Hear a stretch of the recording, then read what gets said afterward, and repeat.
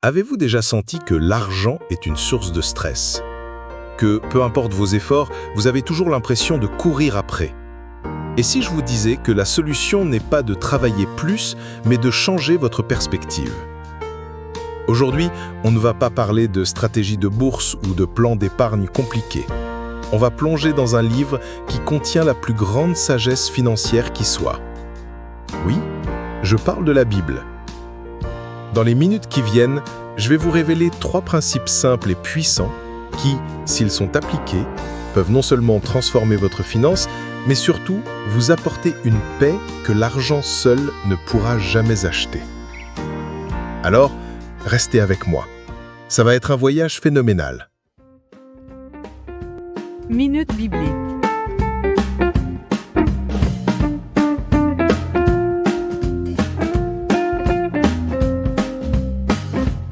Adoration. L'adoration est plus que ce que nous faisons lors d'un service. C'est l'orientation continue de tout notre être vers Dieu, une conversation où nos vies sont la prière. Prière. La prière est plus que des mots murmurés dans le silence. C'est un pont entre l'âme et l'invisible, une conversation tranquille avec quelqu'un de plus grand. La Bible. La Bible est plus qu'un guide de vie. C'est une graine d'ADN divin plantée dans l'esprit humain, destinée à croître et à nous transformer en ce que nous avons toujours été censés être.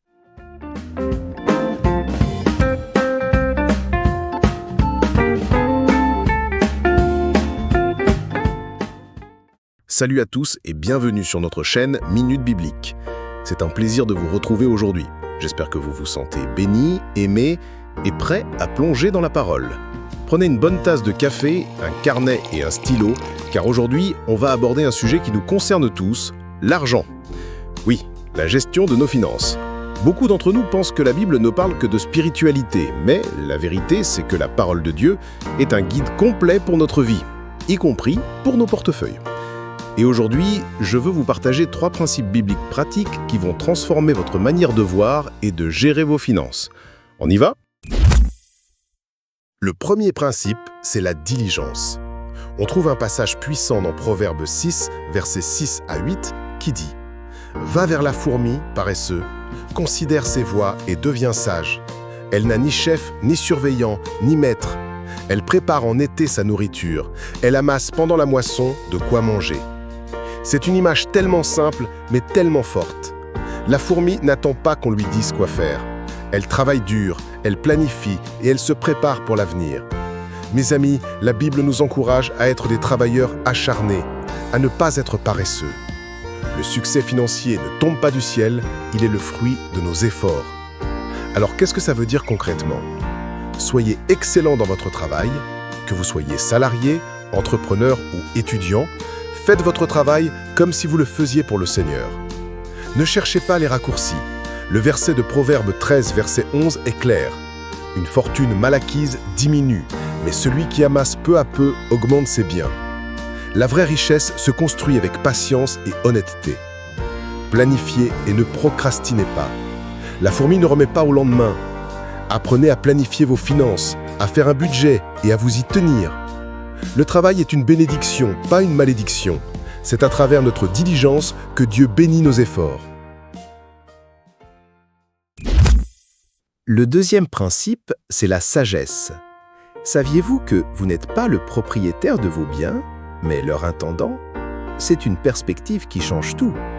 Matthieu 6, verset 24 nous dit « Vous ne pouvez servir Dieu et l'argent. L'argent n'est pas notre maître, mais un outil que Dieu nous confie. Notre rôle est de le gérer avec sagesse. » Pensez à ça. Chaque euro, chaque dollar que nous recevons, nous en sommes les gestionnaires. Dieu nous a fait confiance pour l'utiliser pour sa gloire et pour notre bien. Alors, comment être un bon intendant? 1. Fuyez les dettes. Laissez-moi vous lire Proverbe 22, verset 7. Celui qui emprunte est l'esclave de celui qui prête. L'endettement peut être un piège qui nous prive de notre liberté. Apprenez à vivre en dessous de vos moyens. 2. Épargnez pour l'avenir. Proverbe 21, verset 20 nous donne une clé essentielle. Il y a de précieux trésors et de l'huile dans la demeure du sage, mais l'homme insensé les engloutit. Un sage met de côté pour les jours de vache maigre.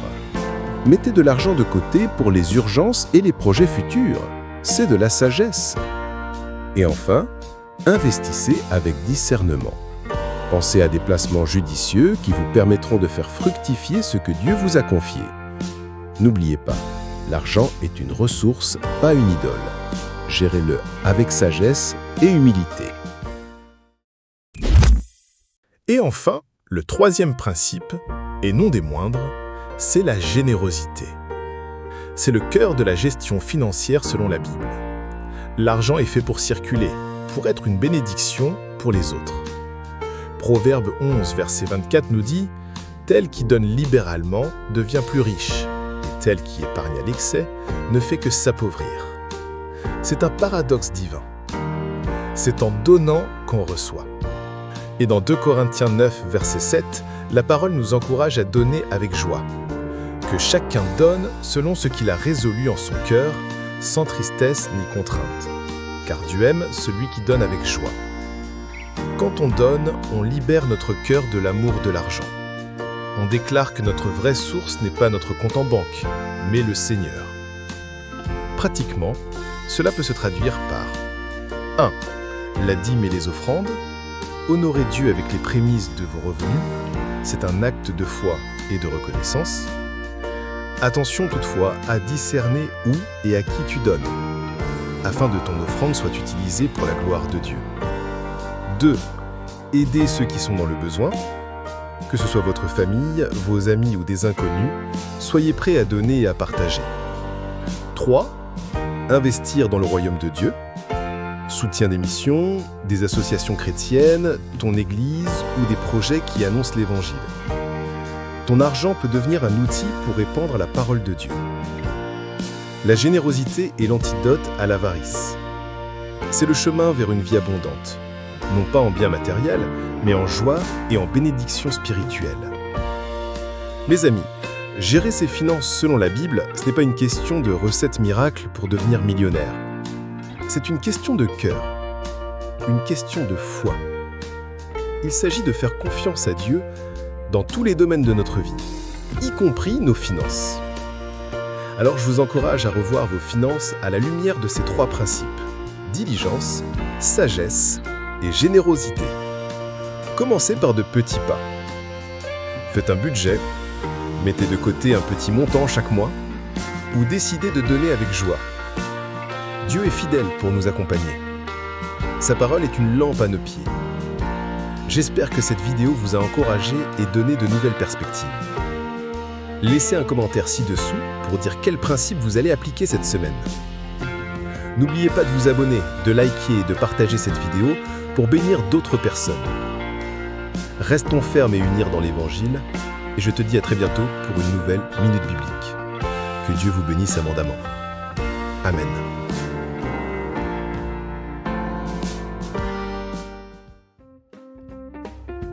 Minute biblique.